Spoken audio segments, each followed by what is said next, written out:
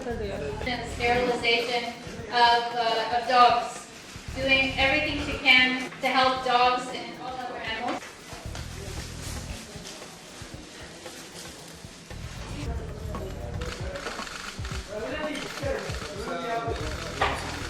Good afternoon, everyone. Thanks for Hello.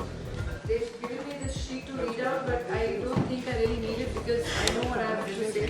Coming back to the campaign, it's I have always stood by PETA. PETA has always these wonderful campaigns which actually talk about cruelty against animals. A lot that we can do, but unfortunately we all so involved with our own lives that even little difference that we can make, we don't make the effort. Campaign के जरिए दो चीजें tackle हो सकती हैं. One is the stray dog menace जिसे बोला जाता है, and secondly also the fact कि ये जो dogs हैं जिनको हम पारिया बोलते हैं या जिनको हम stray बोलते हैं या they are the actual original Indian dogs.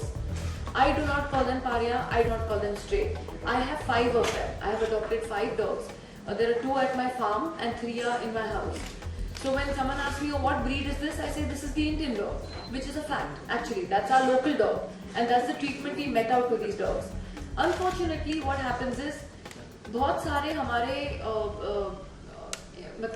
लोग हैं जो compassionate हैं. अब थोड़ा खाना अलग-अलग. एक जगह आप अगर आके सब खाना करें तो सब कुत्ते वहाँ जमा हो जाते हैं. And as what happens is, dogs start feeling that is the place where they are supposed to collect.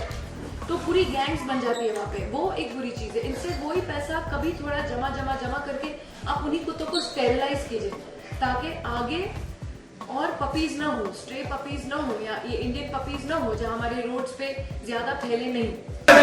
Action. और ट्रीटमेंट देता है उस तरीके से परख होती है. ये इंग्लिश में सेंगे, मैंने हिंदी में ट्रांसलेट किया है. ये गांधी जी ने कहा था बहुत पहले, और हमारे देश में है कि it's cruelty to put down an animal which is a good healthy animal. अगर कुत्ता बीमार हो या कुछ हो तो ठीक है. हमारे यहाँ लॉज बहुत हैं और प्लान्स बहुत हैं जो अगर इम्प्लीमेंट हो जाए तो ऐसी कभी कठिनाई आएगी नहीं. आपके उठाते हैं कुत्तों को, उनको स्टेरिलाइज करते हैं, उनको वैक्सीनेट करते हैं और फिर उधर वापस छोड़ते हैं. आप देखिए कि आपका एरिया क्लीन हो. आप अगर खुद अपने एरिया की थोड़ी देखभाल करने लगे, इस मुंबई की बहुत अच्छाई हो जाएगी. तो मैं आपको भी रिक्वेस्ट करती हूँ, आप पत्रकारों की बात करें, अगर आप लोग खुद एक वो फोन उठाकर अगर बोले बीएमसी को, हेल्पलाइन है कि ऐसे एरिया में ये है और गार्बेज डिस्पोजेबल ठीक से नहीं हो रहा है, गार्बेज खुला है, आप उस पर कंप्लेन कीजिए. आपके जो हॉकर्स हैं वो कचरा फेंकते रहते हैं, फूड स्टफ फेंकते रहते हैं रोड पे, इससे सब अट्रैक्शन होते हैं. आपकी ढेर सारी तकलीफें खत्म हो जाएगी, खाली कुत्तों के भौंकने की नहीं और आपके पीछे पड़ने की नहीं.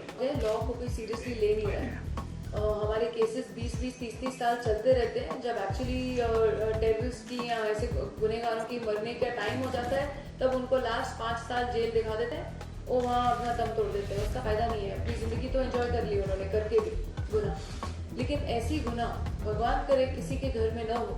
लेकिन for what I feel, I think they should get the strictest of punishment that is available. And this age thing is an excuse. ये हमारे देश में है कि 18 हम समझते हैं ये जो जुवेनाइल है, लेकिन आप पूरे एशिया का चार्ट देखेंगे. मैंने किसी पेपर में पढ़ा था, I think was it India Today or Newsweek, one of them. पूरा सब देशों का उन्होंने जोड़ा.